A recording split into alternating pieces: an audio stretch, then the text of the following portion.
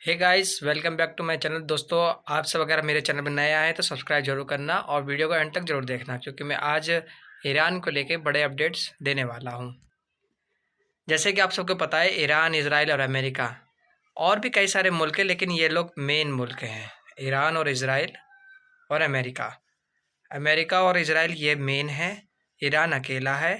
लेकिन ईरान के साथ जो इस टाइम पे सबसे ज़्यादा साथ में देने वाला है देश है, और जो भारत का दुश्मन कह सकते हो, दुश्मन नहीं कह रहे हो तो उससे उसकी बनती नहीं है, चीन, पाकिस्तान, बांग्लादेश, अफ़गानिस्तान। अफ़गानिस्तान का अब तो संबंध खैर अच्छे हैं भारत के, लेकिन जिस तरह से चीन हमारे लिए कुछ ख़ास संबंध उसके साथ हमारे है नहीं।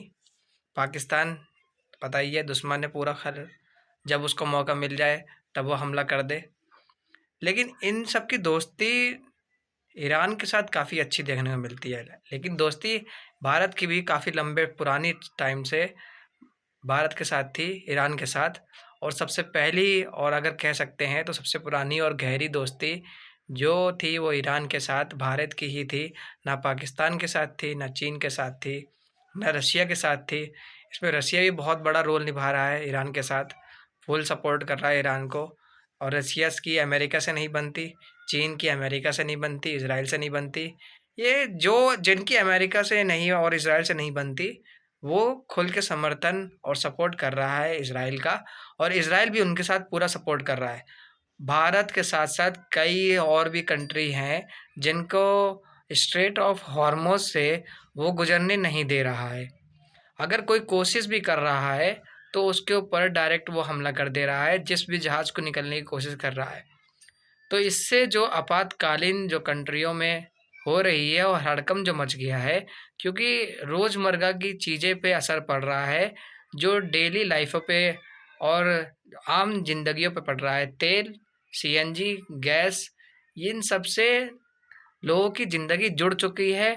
और अभी एक ईरान ने धमकी दी है कि हम इंटरनेट को बंद कर देंगे।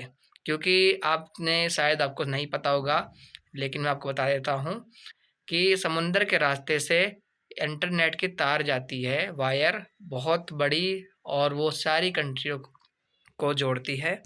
उस तार पे वो कह रहा है कि हम उसको ही नुकसान पहुंचा देंगे, जिससे इंटरनेट ही बंद हो जाएगा। इंटरनेट ऐसी चीज़ है जो आज के टाइम में जैसे पानी आदमियों ह्यूमन के लिए ज़रूरी हो गया है, इसी तरह बिल्कुल इंटरनेट से। तो जिस तरह से ईरान कह रहा है मैं नुकसान झेल रहा हूँ, उसी तरीके से सभी कंट्रियों के ऊपर हमला वो नहीं कर रहा है। लेकिन हाँ, डेली मरने की चीज़ें, कुछ हमला ना भी करके, वो कुछ भी नहीं करके किंग है इस टाइम पे वो समुंदर का।